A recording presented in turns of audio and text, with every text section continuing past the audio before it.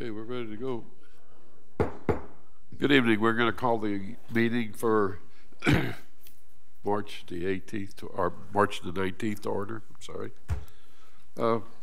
Ms. Raymond, would you please lead us in the pledge tonight?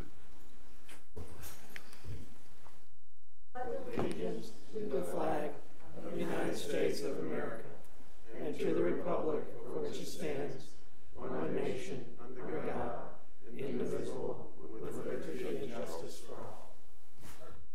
Thank you. Please call the roll, please. Mayor Pro Tem Brown. Here. Mayor Hogue. Here. Councilmember Morrison. Here. Councilmember Randalls. Present. Councilmember Raymond. Here. Yeah, our first thing is public participation. Normally it's speaker cards without anything related to the agenda, but I do have a speaker card on the consent agenda. I'd like to let that person speak. It's Dana Hicks.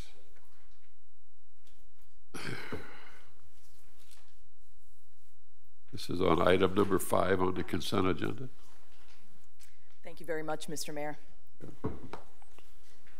Good evening, Mayor, Mayor Pro Tem, and council members. Again, I'm Dina Ryder Hicks, Public Affairs Manager with Waste Management. Thank you very much for the opportunity to speak with you here this evening. As you know, the economic climate has changed considerably since the city went last out for its solid waste RFP 10 years ago. The waste services industry has changed considerably as well. Tonight, you're being asked to consider a 5-year renewal with your current solid waste provider. It's probably a safe bet that the industry is going to continue to change over the next 5 years, or even in the next 1 year for that matter, as the state legislature is going to be redefining and reevaluating its recycling goals it's set for all state counties and municipalities for 2020. We absolutely understand how time can get away from us and other priorities certainly become more pressing. And right now, a 5-year renewal is a comfortable and a convenient approach. But is what's convenient really the best choice for your residents and businesses? How do you know you're making the best decision unless you have the time and opportunity to really evaluate all of the options? Now, we realize time is of the essence. September 30th will be here before we know it.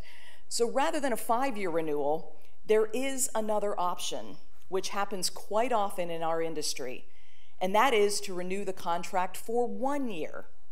You'll now get 18 months to evaluate options, make your own comparison among potential providers, and potentially draft an RFP that meets your service needs. Plus, in the next year, we should have an understanding of what the state legislature's direction for future recycling goals will be, which could very well shape your decisions about what level of service you need and want in your city. Thank you, Councilwoman Raymond, Councilman Morrison, for the time you spent with us. And Councilman Randalls, we're looking forward to your upcoming visit.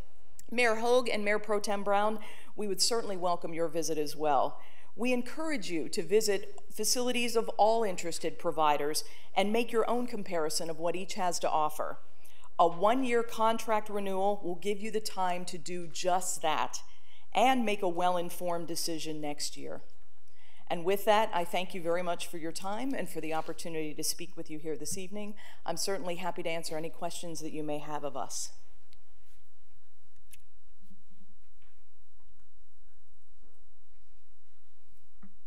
Questions? All right, thank you all very much. Thank you. Okay, we can move into public participation and ask any other cards. For a closed public participation, we move on to the consent agenda. We have 5 items on the consent agenda for approval. Mr. Mayor, I'd like to ask to remove items number 4 and 5 for discussion, please. 4 and 5. Okay. Anybody else? We'd ask for a motion for 1, 2, and 3.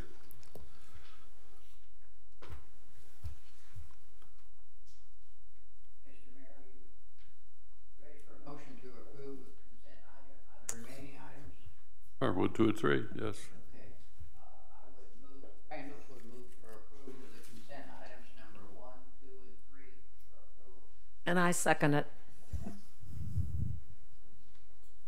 Okay, we have a motion to approve items 1, 2, and 3 on the consent agenda. Will you call a roll, please? Mayor Pro Tem Brown. 4. Mayor Hogue. 4. Councilmember Morrison. 4. Councilmember Randalls. For the motion. Councilmember Randalls. 4. Raymond, sorry. Mr. Morrison. Thank you, Mr. Mayor. I wanted to just bring forth a few questions. This may not need to go long, but when reviewing this this agreement that we are asked to give approval for, the unsafe building compliance code lien satisfaction agreement, that's really what this is about. And I'm trying to just get my head around a couple of things. Thank you first of all for staff for your timely response. Dave, specifically to you, and Mr. Green, I appreciate you getting some stuff back to me, which helped. But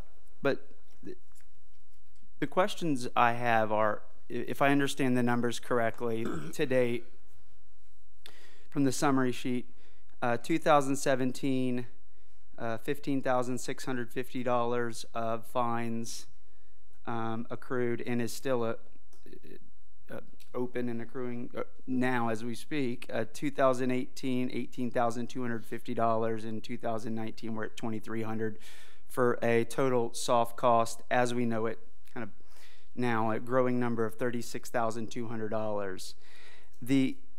The next big number that I see in this very nice report we got was the hard costs, which totaled to be the $22,725 in the pool removal, which is a lien on the property, still not paid.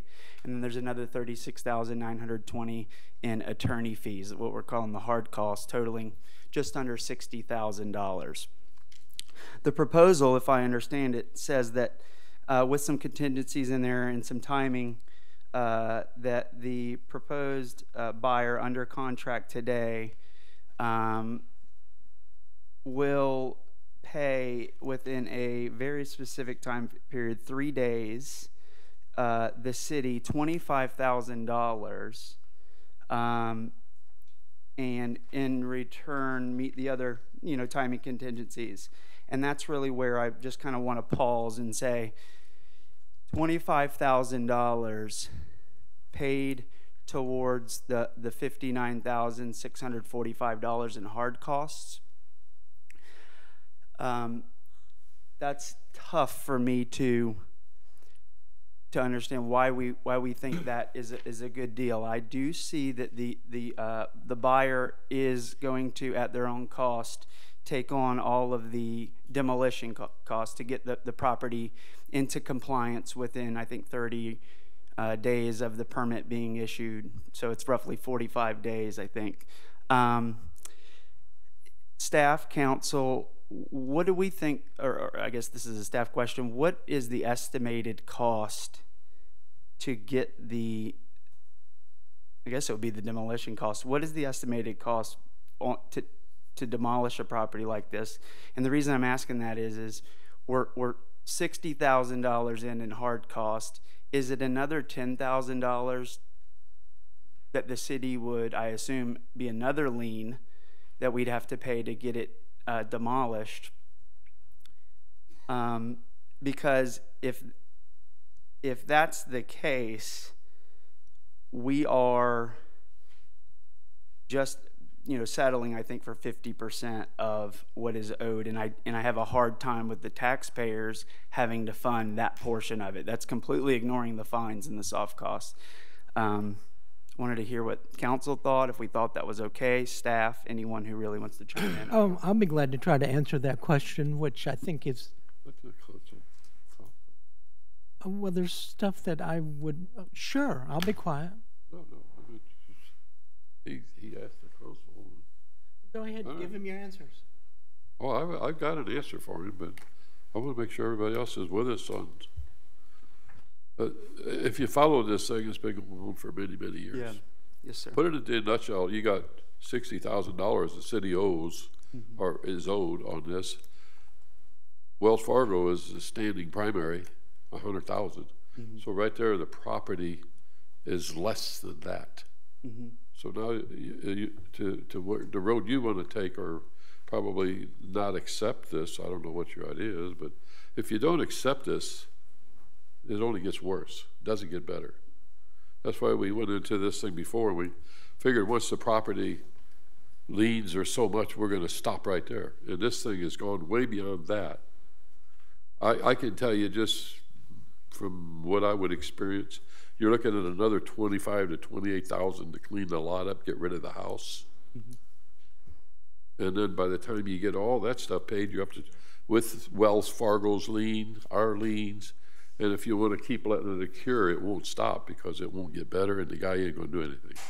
You're right now that period of time, you'll be at $203,000 and $203,845, and the property's not even worth half of that. So that's why I think staff has come up with the thing to do and forgo the lien. Let this gentleman buy it, get you a taxable value home on that property, and something that the neighbors can be proud of. Because what's happened right now, it's beyond fixing. It's way beyond fixing as far as liens and property values go. So you're way out of board. The gentleman's going to come in and buy it, give the city $25,000 towards their loss, which we've had a lot of, and I don't have a problem with taking that and getting rid of this problem because I'm sick and tired of this problem. I've been watching it 15 years. Tired of it. And the magistrate will put an end to all this kind of stuff. So I don't know what the rest of the council feels like, but I don't feel like we need to get into a nickel and dime thing here because it ain't worth it. Thank you. I think it's a viable solution. I think it's a progressive idea.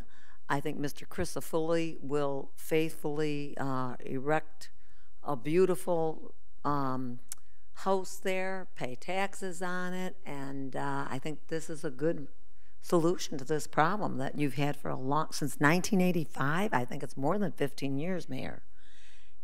And I think that the staff has worked hard on it and for a long time, and they stuck with it. And I think this is finally a remedy for this. So I think that it's a good settlement. Thank you very much.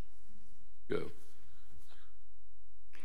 Mayor, maybe I can add a little bit of a different view, having sat here for a few years. None of us like to give up a code enforcement, that the code enforcement people have gone out and really worked hard to clean it up, and the neighbor. It's always a task that we have to see what is the best solution.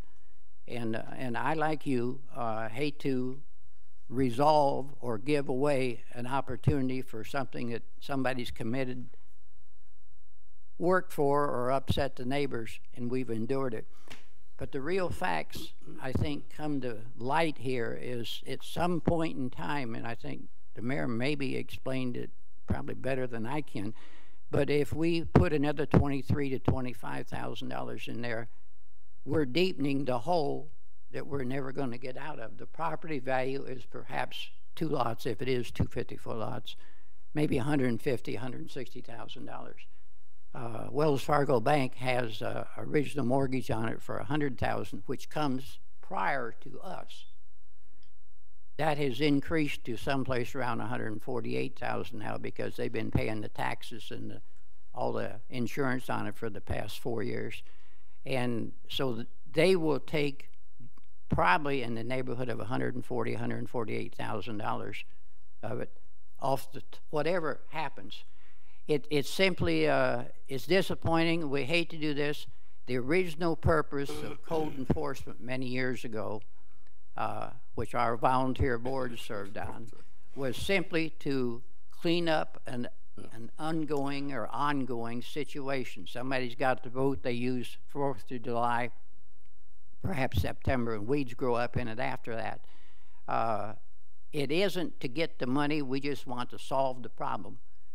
And it's hard for me to bite my tongue, but this is the best solution to this thing. If we dig the hole a little deeper, there won't be, we're putting more money in it. We'll never get it back because the lot is not worth that much.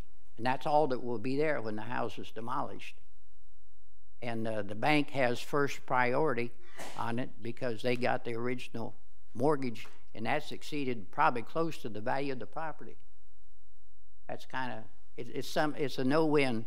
We're just, I guess I look at myself and bite my tongue and say, okay, we're going to have to take the best op, cut our losses, because I don't see a better solution. I understand it's very hard to, after all the work that goes in this and the problem with the neighbors have to put up with this eyesore, say, okay, you're gone, but there's no, I can't see any. If you've got another solution, or how would we recoup the additional money that we put in?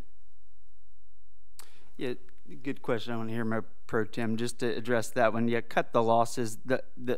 What I was thinking was, if we're in I guess that one of the staff, David. First, I just want to verify 23 to 25 or 25 to 28,000. Is that a solid number? And I don't want to discredit anything. Not solid. Just but in the estimate, ballpark, yeah. because yeah, I see a lot of that stuff every day. Okay. So. And if that's the case, I was thinking the hard costs, 25,000 in, you're at $50,000 roughly, or $60,000 in hard cost. I'm not going to debate the economics with you, but I think that two things stand out are to recoup that amount of money, to say that it would bring it immediately into compliance with a demolition, and then at that point, that stops the bleeding. Waive the fines. That's the losses that I think we could negotiate and cut, and then that lien for the remaining hard costs would be there. Property values are continuing to trickle up, and the property owner remains in there. And then the second big thing that jumped out to me is just the precedents that we're setting on some of these things. I understand it's over 2 decades of problems. And I hate to see hard costs being absorbed by the taxpayers. So that's it. And when you add them all together, you're at 100,000 plus, and I'm not disagreeing, but to settle for 25% of it seems to me a little too far. But thank you for your comments. We can let it go on and it never come to an end. That's what happens with this kind of stuff. And what hasn't... They're right way, we couldn't buy that property right now. And what hasn't been calculated into the mix is the current or the additional attorney fees that will be added if this isn't, if this isn't settled. And we're dealing with somebody who's been dealing with this issue for, like you said, 2 decades, and we're trying to, I think we need to go ahead and remedy it as quickly as, and expedite it. I don't think there's any question. I see what Mr. Councilman Morrison is addressing, but I just think at this point we need to go ahead and get this taken care of, and I think this is the best option on the table right here. We've released a lot of liens over the years because of the ongoing situation. It won't come to an end. It comes to an end, you got to do something with it, and rather than just let it sit there like it is. We got a solution. Thank you all for your comments. I'm finished.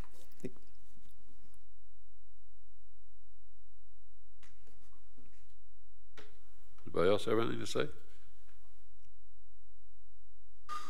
David? I have nothing to say. Okay. I think we pretty well wrapped it up. You told me to be quiet, so I shall. No, I'm not telling you to be quiet. I just think it was... Well, we spent 25 minutes unnecessarily, but that's my viewpoint. All right. We'll go to item number 5, if we're through with 4. Are you going to approve it? Yeah. Oh, I was going to do both of them at once, but we can, okay. No. Do we? If they were pulled, you need to vote on each one separately. Okay. We have a motion to approve item number 4 as presented to us with our new revised date or paper that we had today. Did y'all happen to go through this to review this, because there are some changes in it that does depict a little bit better deal, not for the owner of the new owner, but for the city to wind up with a little bit. If y'all looked at it, in my opinion, it's a better offer.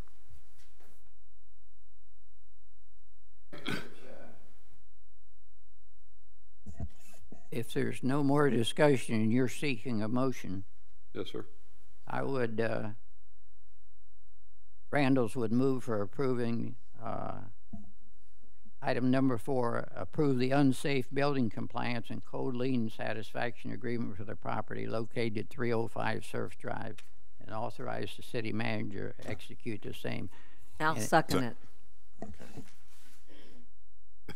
That's 2 times. Okay, we have a motion for approving item number 4. Would you call the roll, please? Mayor Pro Tem Brown, 4. Mayor Hogue, 4. Councilmember Morrison, Against. Councilmember Randalls, Hesitantly, but for it. Councilmember Raymond. Or Okay, item number 5, Mr. Morrison. Thank you, Mr. Mayor. This one is one I want to first of all thank Waste Management for the tour that they gave, and then I also want to thank Waste Pro as well for the tour that they provided. I found both of them to be very helpful. Thank you to our team here who helped coordinate it and spend time in various departments from our city manager, finance, community services, all the way down the line, and to share what they thought. And most importantly, I got to hear back from our businesses, the customers, and then and our residents as well. Josh, thank you for the report you put together with compiling the survey. A lot of information came to us to help make this decision.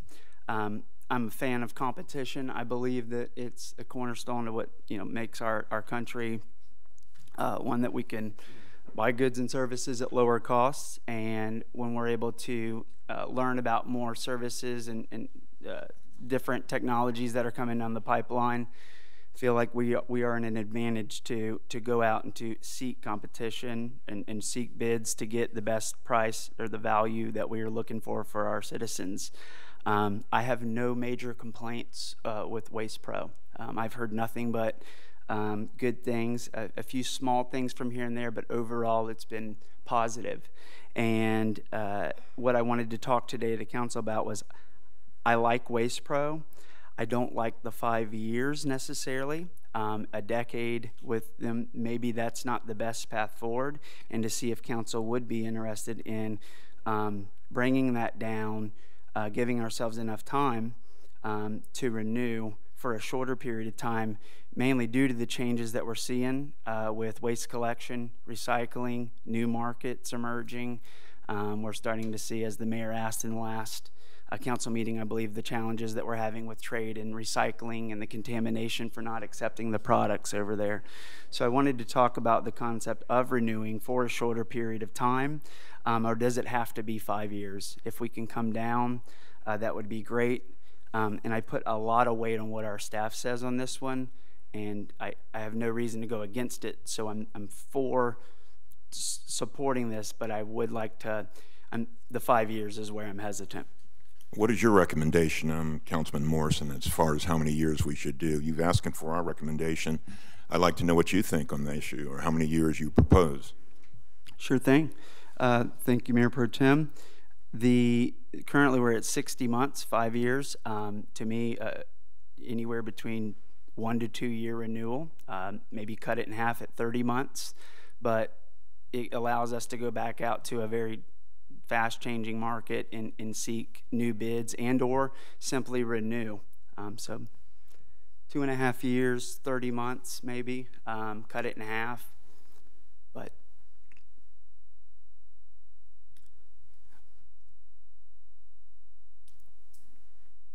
Anybody else?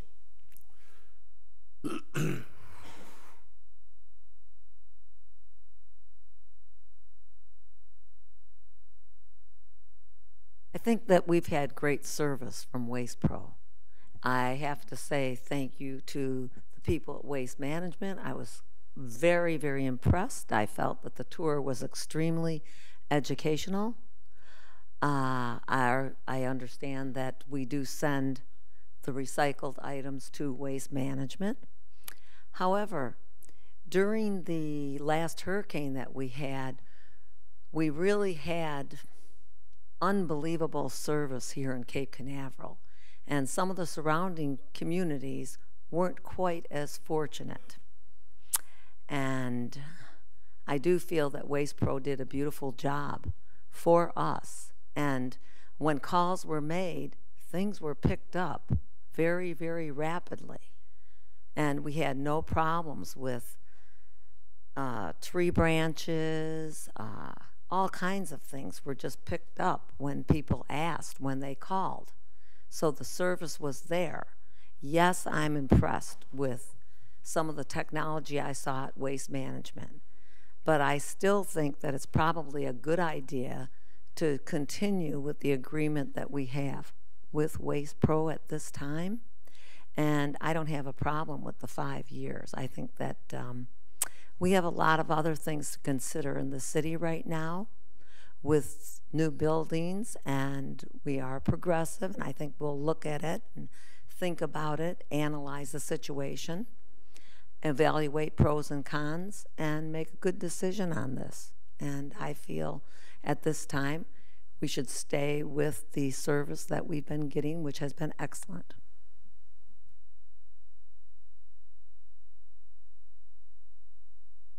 Reynolds, you got anything? Yeah, I'd like to just weigh in a little bit without going to the prior hauler that we had before this. I had the privilege of being on the council when we selected Waste Pro, and we were the first city to select them. And I guess, to be real blunt, I don't see any reason to not reselect them now. They came in here before they took the contract and spent a week cleaning up our city, and that kind of spoke for itself. They got rid of water heaters that was in the backyards, just everything that was there before they took over so they could make a showing. And I certainly, this is the third renewal, which will be for another 5 years, and I certainly speak for the support of the council to continue this. Some of us were here for the 10 years before, and I think we've got the best. If there was one thing that I could stand on that we accomplished while I've been sitting here, it would be the fact that we have Waste Pro as our waste hauler. I'd settle my whole reputation on that one item if that's all I got done. Thank you. Mr. Brown? I think Waste Pro is doing an excellent job, and I hate to use cliches, but if it's not broke, then we don't fix it. We don't need to fix it. 5 years is a long time, but I think there are caveats in that contract that if we're not satisfied with the performance, that we can change. So at this time, I'm in agreement. Let's go ahead and keep what we have. Hey, I'm gonna just tell you, I'm not unhappy with them at all. So I'm not gonna get into any discussion about what they do, what they haven't done. I am not happy, and I haven't talked to anybody in this city that's dishappy or dissatisfied. So I'm gonna support it. If we're through discussing it, we'll just call for a motion.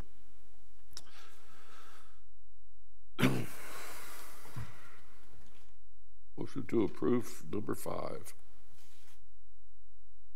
I'd like to make a motion that we approve consent agenda item number 5 as written. Mr. Chair, Randalls would follow with a second for that motion. Okay, we have a motion by Mr. Brown and a second by Mr. Randalls. Can you call the roll, please?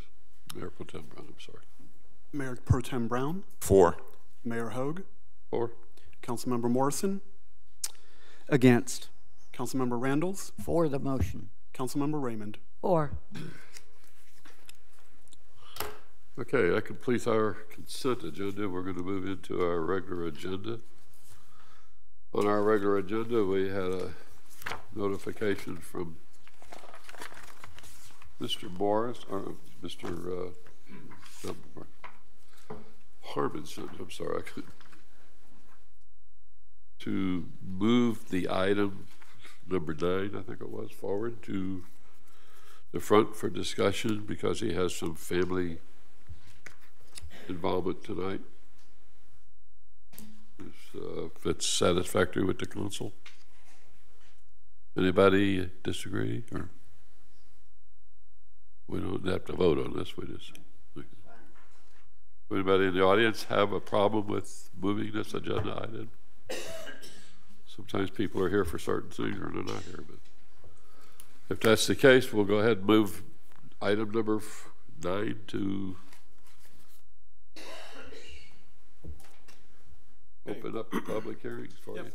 Item number 9 is ordinance number 08-2019, an ordinance of the City Council of the City of Cape Canaveral, Florida, changing the zoning map designation of certain real property generally located at 8550 Astronaut Boulevard in Cape Canaveral, Florida, more particularly depicted and legally described on Exhibit A attached here too, from C2 commercial manufacturing to PD plan development, subject to the land use plan approved by the City Council in conjunction with this ordinance, providing for the repeal of prior inconsistent ordinances and resolutions, severability, and an effective date. This is a rezoning matter. It's quasi-judicial and first reading of this ordinance. It's also a public hearing item. Mayor. Okay. I have the only thing I have is to disclose that Mr. Hermanson called me today and asked to move this. I've had no discussion with him and what is entailed, and haven't given him any thought, but I just want to disclose that to y'all because the letter is here stating that I did talk to him today.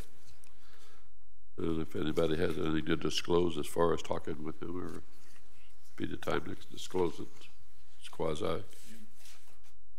I talked.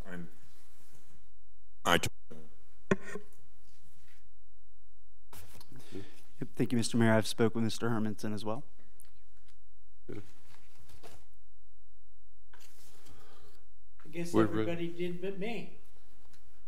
I didn't. And I'm the one responsible for talking to him. Isn't that interesting? I did not. It's called a charter violation. Okay. I did not speak to Mr. Hermanson. Okay. All right, and when it's quasi or something of this nature, we're not supposed to discuss anything with the agenda person. So, Mr. Hermanson, you can have the floor, sir. Thank you very much, Mayor and council members. If I was not supposed to speak to anybody, I wasn't aware of that. I apologize if I may have overstepped. No, our city council, Tom, is well aware of the charter and their oath of office and their council code of conduct.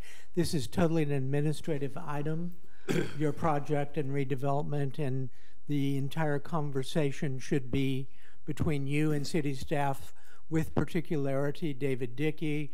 And my understanding is on numerous occasions he has reached out to you to set up meetings, and instead you have reached out to council members, and that'll be another matter for the council and me and the city attorney to resolve. Mr. Green, I have had many conversations and meetings with David Dickey as well as Todd Morley on this issue over the last 2 years, and I can't enumerate how many times we've met on the issue and discussed the various matters, and they've always told me that they've consulted with you on all of those discussions. I think we're probably talking about phone calls at airports and things you're not aware of. No, I have several meetings in their offices. I understand, here. Tom. Just Well, again, there's a whole nother issue here at play. If I didn't understand the rules of the game, I apologize. Oh, I think you do. I think they don't, my bosses. I very well understand it, Mr. Green. All righty, let Mr. Hermanson go ahead and make his presentation. You people will have before you a decision to make on his request. For the sake of time, I'll try to be as brief as possible. I have a cover letter that wasn't included in the package that if anybody cares to see, I can hand out, but I'll summarize it briefly by saying my partners and I have owned the building at 8550 Astronaut Boulevard since the late 1980s. As most people know, it housed the National Shuttle Logistics Depot for many years until the shuttle program was shut down, at which point in time Craig Technologies took over tenancy in the building. They never fully developed their business plan to occupy the entire space. They were in the building for 5 years, but let us know well in advance of their lease expiration that they were going to be vacating, at which point in time we've been trying to market that building to other potential tenants probably since late 2016. knowing that they were going to be moving out in late 2018. We've shown that building to innumerable tenants, not asking anything above market rates for the space, even considering the limited availability of square footage in central Brevard County of any size above and beyond 30 to 40,000 square feet. We were confident that somebody would come along after some time. We've really only been successful in leasing a small portion of the building, 30,000 feet of the total 161,000 feet, to SpaceX on the north end, but the rest of the building remains vacant. Actually, there's a small space being occupied by a retailer from the local market. Having been unsuccessful in trying to rent the building, even at below market rates, to a long-term tenant, we wanted to explore other options. So we, I'm sorry, is that my 3 minutes? We just apologize. I wasn't where I was on the clock. We did a feasibility study for a self-storage, air-conditioned self-storage mini facility, warehouse facility, no, air-conditioned self-storage, which we're all fairly well familiar with. The feasibilities came back showing a strong lack of supply and probably a large absorption rate in the city of Cape Canaveral based on the lack of availability within a 5 to 10 mile radius. I have the executive summary of that feasibility study should somebody care to see it. It is a service not currently provided within the city. The one warehouse that does have some air-conditioned storage on Commerce Boulevard is running at a 95% occupancy on an annualized basis. The nearest other facility in South Cocoa Beach runs at a 98% annualized basis. And that's annualized, which means that it's 100% full large portions of the year. So the feasibility study does support it. We're not looking to do any major development. With respect to this phase 1 portion, it would simply be an interior build out of the building. Because of the because air-conditioned self-storage is not currently permitted in C2 zoning districts, it was permitted prior to the city changing its zoning maps in 2010. It was eliminated from C2 and then subsequently only allowed in M1. City staff guided us to the requirement of going through a PD zoning process in order to have this, we call it C2 plus mini storage in a portion of the building application. What that does allow, because of the dramatically reduced parking requirements for self-storage, it's much, much lower than warehousing or office buildings. It does create the opportunity based on the overall acreage of the parcel to potentially, and I say potentially, build an out parcel. And so it would be our intent, if the council saw fit to grant this rezoning, and we proceeded with the mini storage inside of the building, to then pursue potential out parcel tenants on a land lease basis on A1A. But that, again, is something that we would have to come back to the council, planning and zoning board, staff, and council in order to seek approvals for any such future development. But it is an opportunity. That opportunity would create additional tax base for the city should a development proceed. And as we've discussed with Mr. Dickey and Mr. Morley, it could benefit the city's goal in its A1A development plan of seeking a light at the intersection of Therm and our property, which also intersects at that intersection. So in short, I said I'd try to keep it short. This phase 1 is simply an interior build out of an existing vacant building within the city, providing a service that feasibility study shows would be in great demand for the city of Cape Canaveral. Potentially, phase 2 could allow for an out parcel development, adding to the tax base of the city and bring additional services in. I don't know what those might be, but we would restrict based on the rezoning that those uses would conform to the C2 requirements and standards of stormwater retention and the other city requirements. So unless you have any questions for me, I'd leave it at that.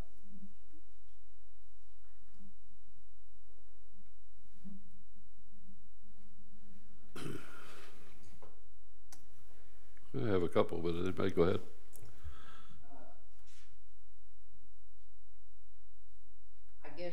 Mr. Herms, and I commend you for wanting to do something with these empty buildings, and I really believe you've probably started a trend here for what may happen in our empty buildings, and we've got several of them along Center Street and A1A.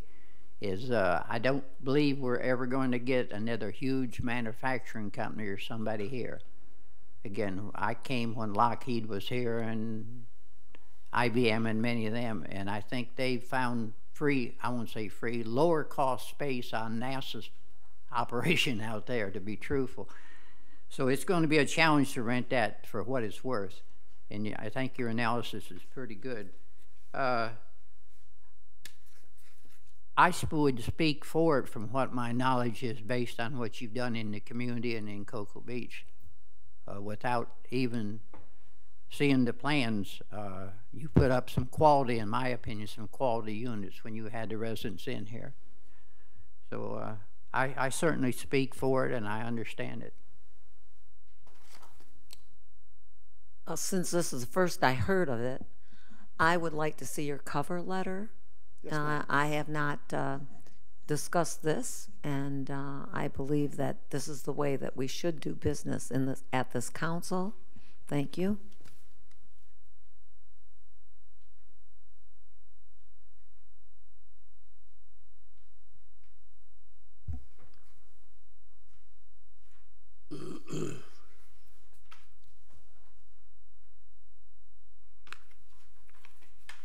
Mike, did you have anything? Wes, did you have anything? Mr. Mayor, I have no questions. Thank you.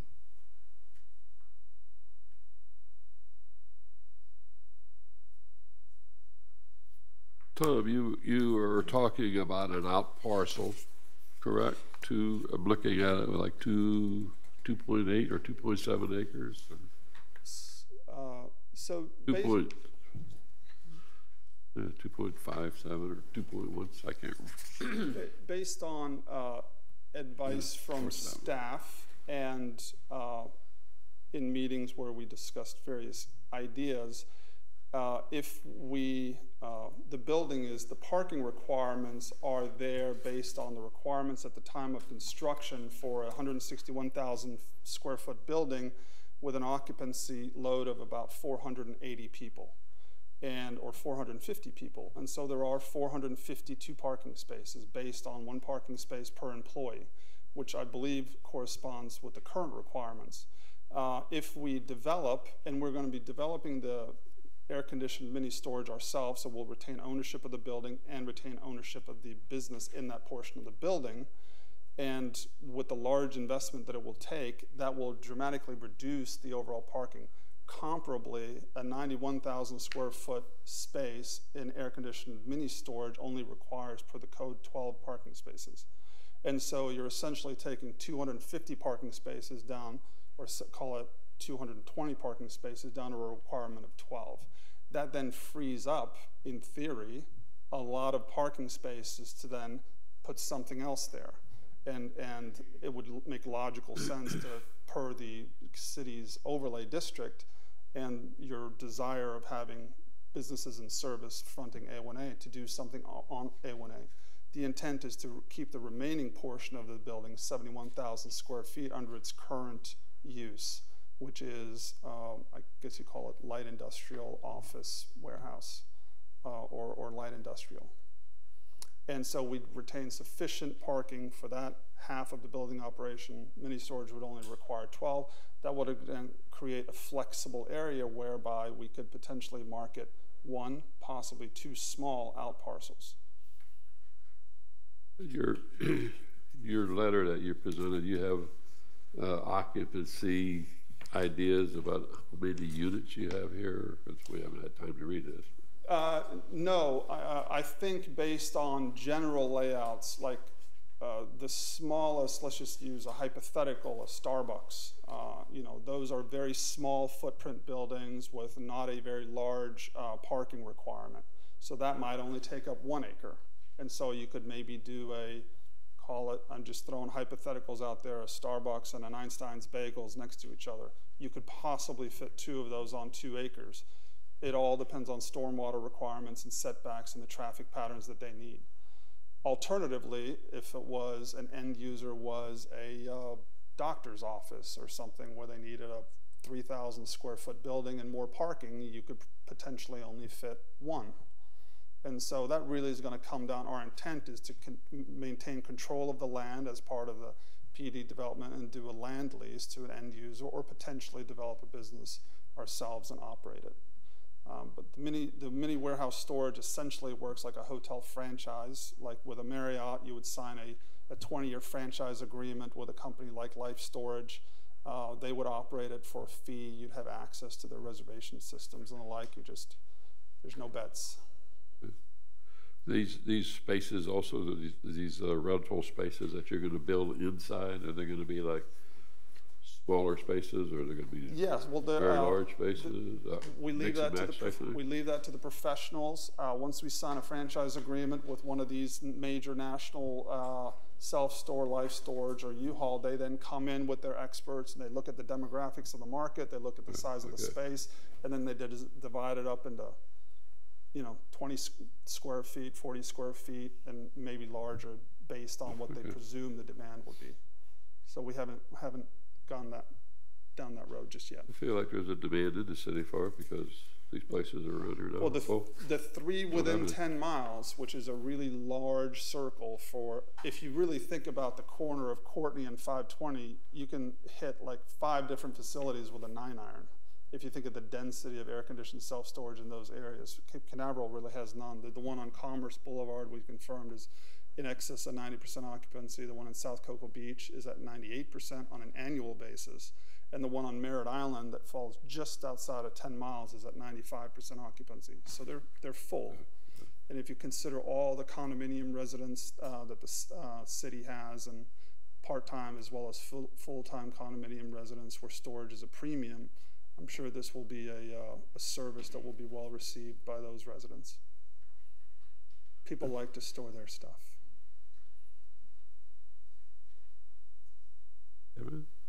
Wes? Mike? Okay. We'll open this to the public hearing, and then we'll come back to us for a motion. Okay. Anybody want to speak on this item? Close public hearing and bring it back to the council. The cover sheet on it you have from the directors and the manager. They have met on this with this gentleman, and it's recommended for approval. It's up to you guys, but I think there's a need for this in the city, because I know I hear a lot of people always asking for places that, and Spaceman's always full. He's got a waiting list of 40 people. And it's a big demand. So, and not only for here, but for storage companies that will store stuff. So. Mayor, can I ask Mr. Herman a question? Sure. Yes, sir. Excuse me. You're applying for this opportunity. The word mixed use come in there. Was there something you want to pursue on that that we don't know? I didn't. Well, mixed use in its most generic term may apply to this site. Okay. But it's not. That's the way I took it. That's that's a very broad sort of statement. If we were to get a retail or food service operation on the out parcel, I guess the overall site would constitute mixed use. Okay.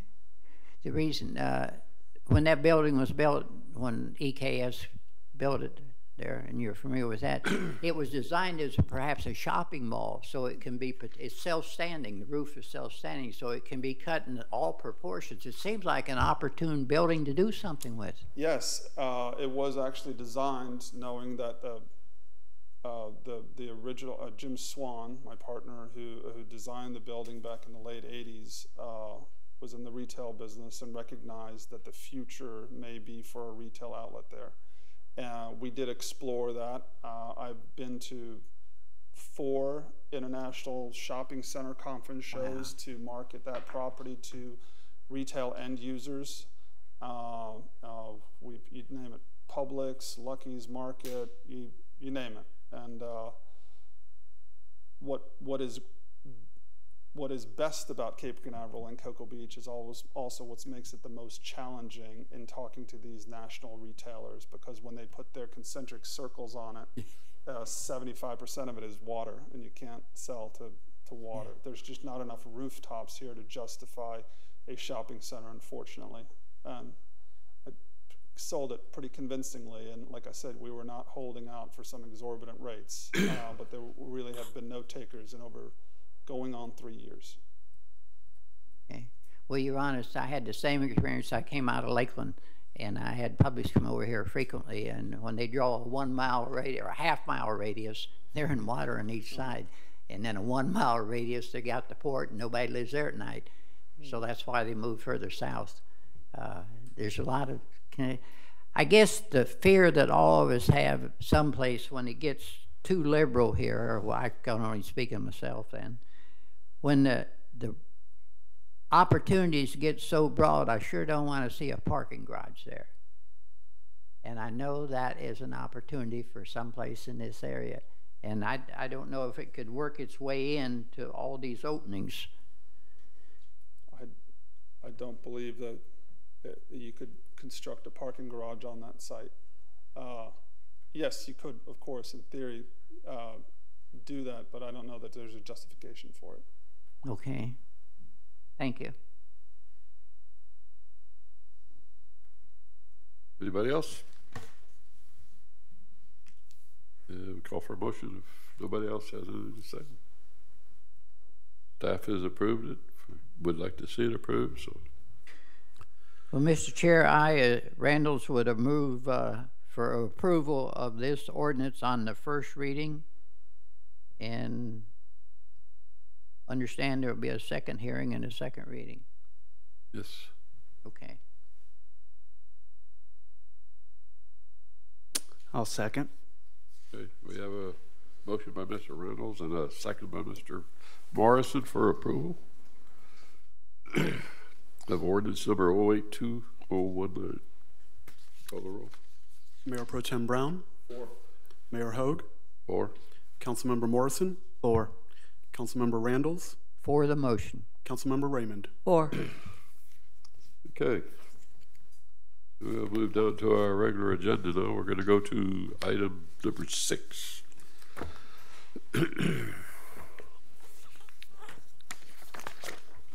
It's resolution 2019-02, adopting the city Cape Canaveral, Florida wastewater and stormwater plan. Resolution number 2019-02, a resolution of the City Council of the City of Cape Canaveral, Florida, adopting the City of Cape Canaveral, Florida wastewater and stormwater facilities plan, authorizing the submittal of the plan to the Florida Department of Environmental Protection, providing for the repeal of prior inconsistent resolution, severability, and an effective date. Title self-explanatory, and the proposed plan is attached to the resolution. Okay, thank you. Council?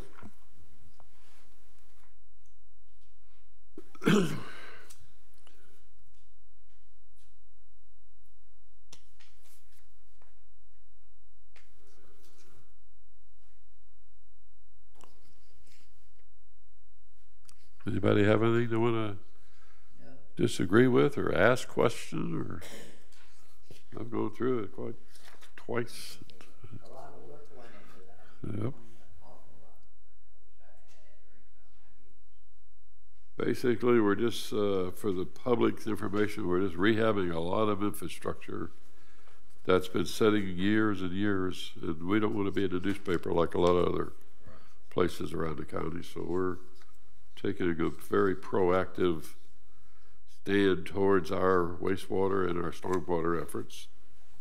This mainly is doing some wastewater treatment plant updates, lift station updates, the force main updates, and things that you never look at and don't realize that one day you're going to be looking at a lot of water boiling out of the ground, and it's not supposed to be. So I applaud the efforts of our public works people and staff for putting this thing together.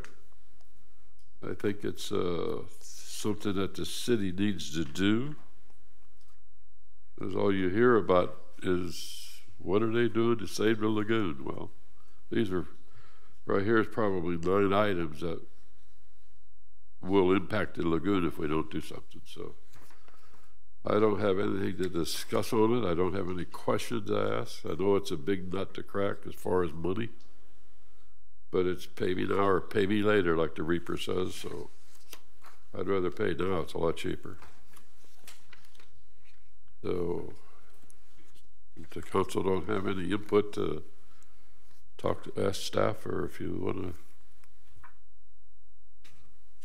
we'll look for a motion on it. Mr. Mayor, this is a public hearing. Yes. We'll just, You might want to open it to the we public. will. But we will look for a motion from you. Okay, we're going to do public hearing, and then if you have a speak on it, you're welcome to speak, but we need a card. This is item number 6, and it's a loan from the SRF, from the state revolving funds, in the amount of... Mr. Mayor, in this instance, if I may speak, Sure, go ahead. this deals with the approval of the facilities plan for wastewater and stormwater, and that's the predicate to and a requirement of the SRF program. Right, I'm understanding, but I'm just saying it's, we're not taking this money from your ad valorem taxes or anything. Everybody gets the wrong idea when they see big numbers, but it's not coming out of your. But we're going to open it to you if you want to talk on it or ask any questions. Hearing none, we'll close public hearing. Council? Yeah, Mr. Mayor, just I want to echo what you said. Staff, excellent job. Thank you, DeLeo and Mr. DeLeo and your department for getting the financial memo. That is a wonderful document that allows all of us to communicate with citizens. So big thanks there. And what a nice job by the Mead and Hunt, I believe we have that right.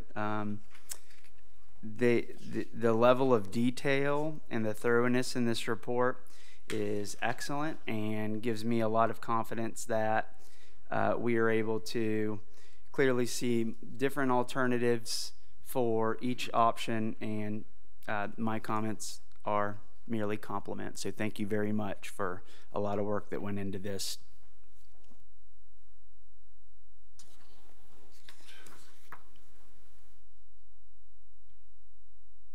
And I support it, and I'm happy to make a motion. Yeah. We're all, if we're all through, we'll look for a motion. Go ahead.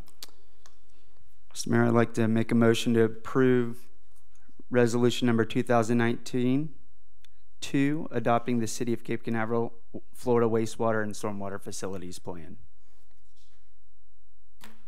Okay, we have a motion by Mr. Morrison and a second by Mayor Pro Tem Brown to pass resolution number 2019-02. Call the roll. Mayor Pro Tem Brown. 4. Mayor Hogue. Or Councilmember Morrison. Or Councilmember Randalls. Councilmember Raymond. 4. okay, item number 7. Next public hearing item is ordinance number 06-2019, its second reading. An ordinance of the City Council of the City of Cape Canaveral, Brevard County, Florida, relating to the state revolving fund program pursuant to section 2.12, subparagraph 5 of the city charter, authorizing one or more loan applications to be filed with the State of Florida Department of Environmental Protection in a total amount not to exceed $6,500,000 for purposes of funding certain wastewater and stormwater improvement projects, authorizing the loan agreement, establishing pledged revenues, designating authorized representatives, providing assurances, providing for the repeal of prior and consistent ordinances and resolutions, severability, and an effective date. Again, this is a public hearing item and second and final reading. Mayor. Thank you. Okay, Council. Back to basically we're just putting the money behind what we just did. In the past, we've done this a couple of years back, 7 years ago or 8 years ago, whatever it was.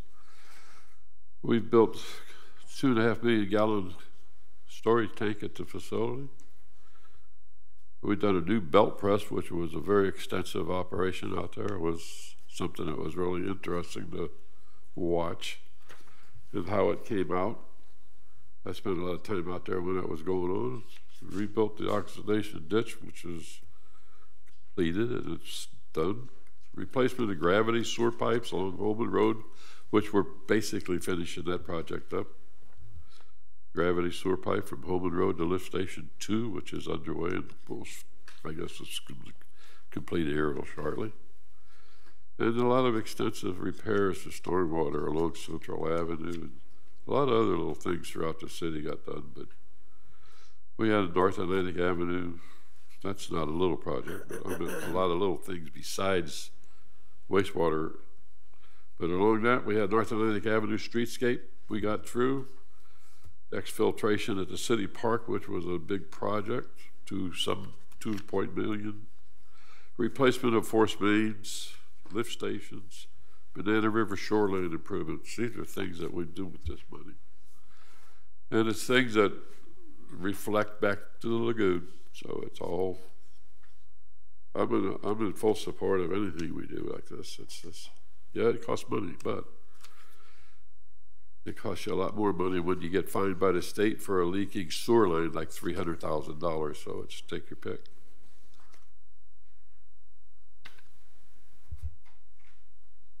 I support anything and everything that we can do to improve our environment, and definitely this is high on the list as far as maintaining what we already have. It's an investment in the future, and this is what we want to do. We want to be constructive and keep moving in a progressive manner. I applaud the staff for this wonderful report. Thank you. Mayor, I also would support it. I considered it, and you used the word that I had written here, it's really an investment in our future rather than an expense of what we're doing now. And I've tried to convey that in my thoughts to the people that ask about it. It's really not an expense. This is a long-term investment. And when we go back and look through the time period since 1960 or whatever time this began out here, a lot has been accomplished at a very successful rate. So I would speak for it.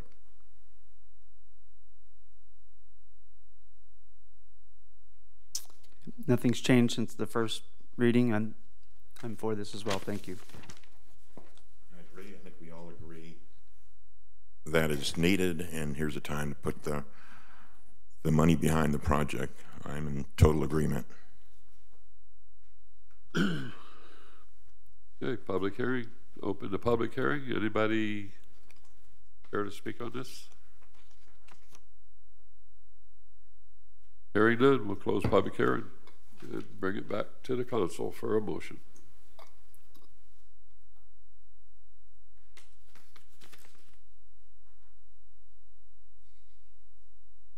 You still waiting on the motion? Yeah, well, Mr. Chair, Randall's will move to adopt ordinance number 06-2019 at the second reading. I second it. Flip a coin. Okay, we have a motion by Mr. Randalls and a second by two members, Mayor Pro Tem Brown and Mrs. Raymond. So take a pick. Will you call the roll, please? Mayor Pro Tem Brown? 4. Mayor Hogue? 4. Councilmember Morrison? 4. Councilmember Randalls? For the motion. Councilmember Raymond? 4. Okay, we have item number 8 is an ordinance number 07-2019, state revolving funds. This is the second reading. Mr. Attorney.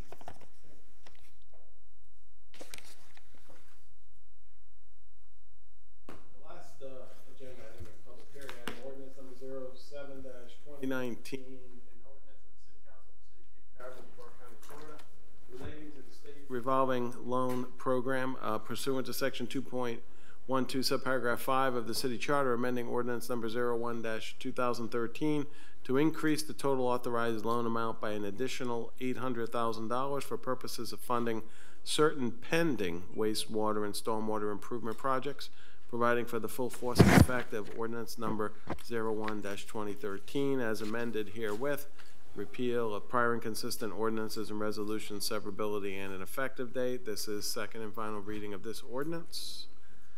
Mayor. Thank you. Council, this is back up for what we're going to do. We're asking for a total of $8 million on this one. Actually, it's just a modification. It's adding 800,000.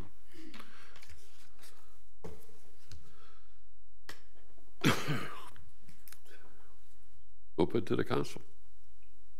Yes, Mayor. I would, in reading this, again, staff is really, for those of you in the audience that haven't, mine's highlighted because I have to read with a yellow pen. It goes back 30 years since the construction originally, and I look at what has happened on that time, and then I look down as starting under the middle of the thing about the benefits, construction of the 2.5 million gallon reclaimed water, and what the benefits is, and I wish that I had them thought out better sooner, because each one of the construction items, I'm in the middle there, the page here on your screen, and attached along with it says the benefits, well, I put that word there, but the increased storage and availability of reclaimed water to the residents. We can all see the big tanks and what happens, but somebody took the time to spell out exactly what the benefits are when you see on the very end of these, whether it's gravity sewer line along Holman Road. Well, it's improved service to the residents, increased sewer capacity for future growth. So it's easy to see when you read this all compiled that there's a reason for these things, and we're just not digging up lift stations to put a new motor in because the other one's dirty. They've been here for a long time, and ultimately on the very bottom, and if right there, go up a little bit, would you please? Right there, at the top it says, I'm reading this, many of these benefits, although completed as part of the sanitary sewer system, provide direct benefits to the Indian River Lagoon system, including, and all those items down there that we are eliminating or working on or helping really tie in to the benefit of the Indian River Lagoon, which is now kind of on the top of everybody's want to get done list. And we've been working on this for 30-some years. I don't know if we knew we were really doing all that good, but the efforts have come home to where the things that we have accomplished, this city has accomplished over the past 30 or 40 years, is now what other people are now just doing. So I certainly speak for this. I support it. I know that we're way ahead when it comes to resiliency and sustainability, way ahead of many of the other cities and many other people that I've talked to with Space Coast League of Cities. I've had that opportunity, and I know we're way ahead. Thank you. So, of course, I support it.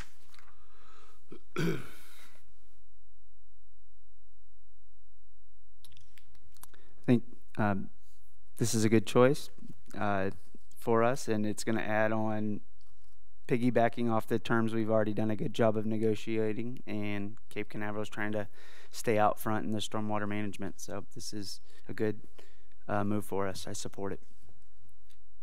I support wholeheartedly. Thank you.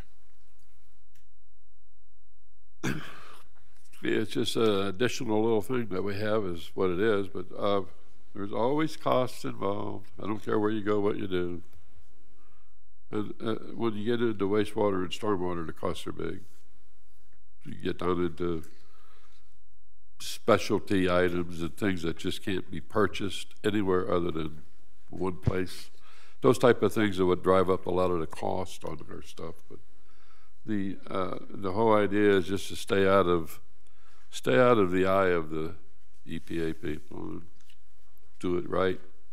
And like Angela says, I know for a fact, I watch a lot of the other cities, and I think they do a lot of things too, but you tell somebody that we got 2.5 million gallons of underground storage for reuse water, and they shake their head and they wonder, where is that at? Well, it's under your ball field. That's just one little thing that the city, this gentleman here to my left, pulled off. It's unheard of, but these are things that Cape Canaveral's doing, and it's things that affect the lagoon. That 2.5 million gallons of water is going to be going somewhere else other than the river. So these are the things that the city does. It's unheard of, and a lot of it is, I think a lot of it needs to get into national magazines, which you never read in. Somebody did a little something over here that put in a new storm collector or something, but you're talking about 2.5 million gallons of sewer water being stored underground. It's like unbelievable. A lot of people got 2 million gallon tanks. We have them too, but we have a 2 million gallon underground storage. Well, I can go on all day about what Cape Canaveral does, but I'm at an open public hearing on this. What we're doing is we're passing an ordinance to piggyback another $800,000 on top of a loan that we already have in existence, that we're going to finalize a couple big items in the city, but it just needs to be done. So we're a leader in what we're doing, and I think we got the best price, and I applaud our city manager for finding the funding that he finds at the interest he finds it at. You won't find it, I can't find it, but he finds it. So I'm here from the public if you want to say something on this. It's just a matter of stormwater work and sewer work. That's what it is. Hearing none, we'll bring it back to the dais for a motion. Don't everybody jump at once.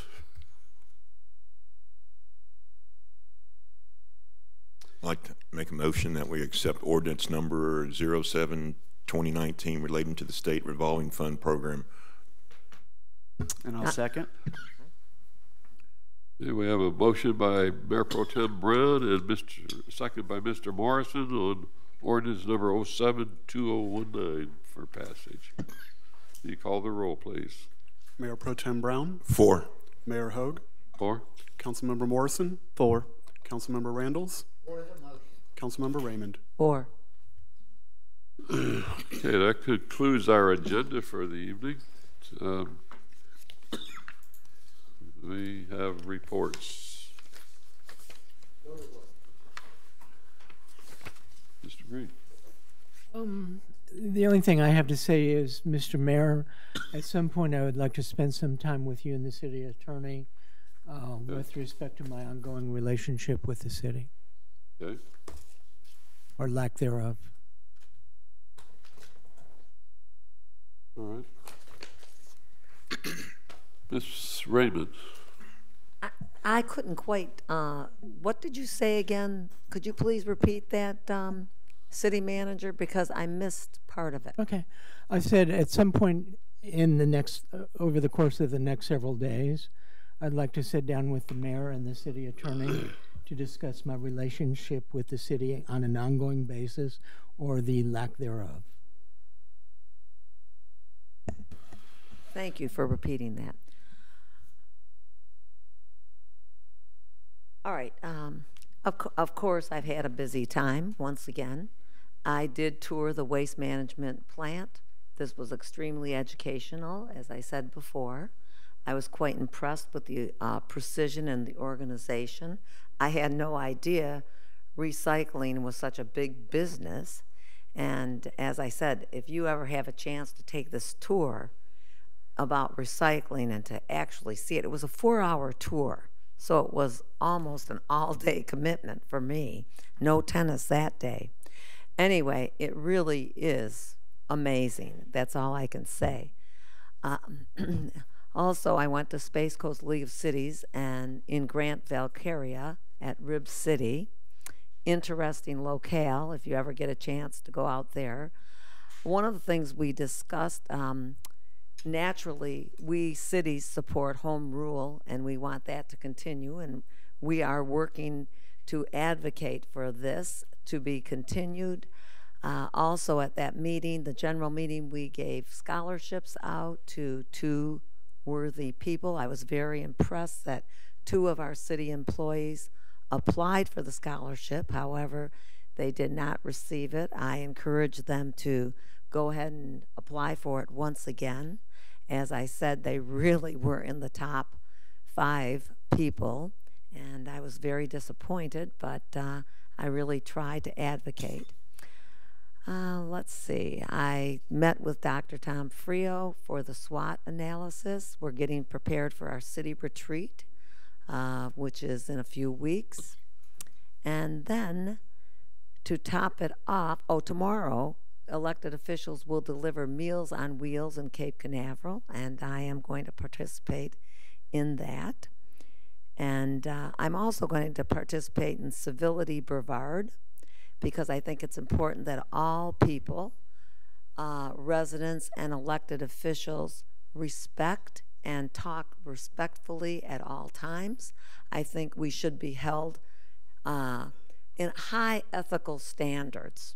I think this is very important, that people look up to us, but we also talk respectfully to our constituents. That's why we're here. We've been elected to do a job, and to do it respectfully, to talk to everyone the same way. We talk to our constituents, we talk to each other in a respectful tone, and I'm very happy and proud that we've had good relations on this board and with our citizens and with our staff.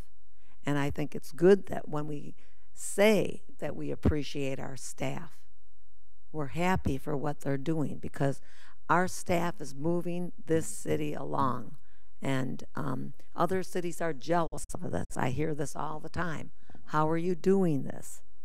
And I think this is important, but this respect issue is very important to me, and I am going to be part of this civility. I can't go to the meeting because of our April 8th meeting, the very first meeting, because we'll be at Space Coast League of Cities, and we're the hosts. I do have to tell you, to top off my month, last Wednesday night, the National Association of Social Workers, the Florida chapter and Southwest unit, awarded me, and I can't believe it, I was honored and humbled to have received an award, the Elected Official of the Year, from this group. And I asked, how did this happen? When I was first nominated, I said, are you sure you're speaking to Angela Raymond at Cape Canaveral? And Oscar Rivera told me, yes, he had nominated me because he just liked my honesty and some of the things that I did in the community. And I'm proud to serve Cape Canaveral. This is my home. I'm not going anywhere, and I'm proud to serve here. And I thank the residents for electing me. I've learned a lot. And I just have to say, this has been a journey, and I've learned a lot from many, many people. Thank you. Whoa, my light come on automatic. You do that? Okay. Council members already mentioned about aging matters, but the elected officials in Brevard County take the 3rd week of the month of March and spend our time training new volunteers and going around. And I believe tomorrow these 2 are going to do it, right? You 2? Well, it shouldn't rain. It was raining down me 2 days. So in any event, it's a good opportunity because aging matters serves a lot of people, and we still have a need in our community. So I thank you for that. I'll pass this on to the city clerk. We now have, Jeff, you can appreciate, just got a picture. We now have in Vieira interchange, we have a diverging diamond. And if those of you that have not gone through it, you can't see it. I should give that to you. It's simply an overpass at I-95 and Vieira Boulevard.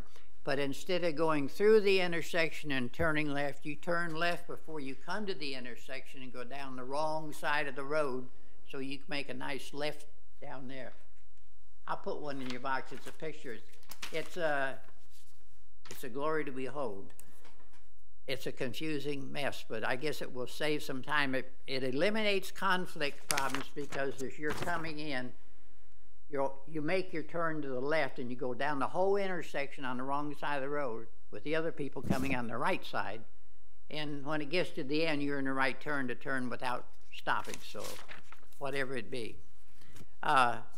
Something new in Brevard County, we worked on this for a long time. If you've been on the expressway, you've probably seen that sign, and I'm sure you have, about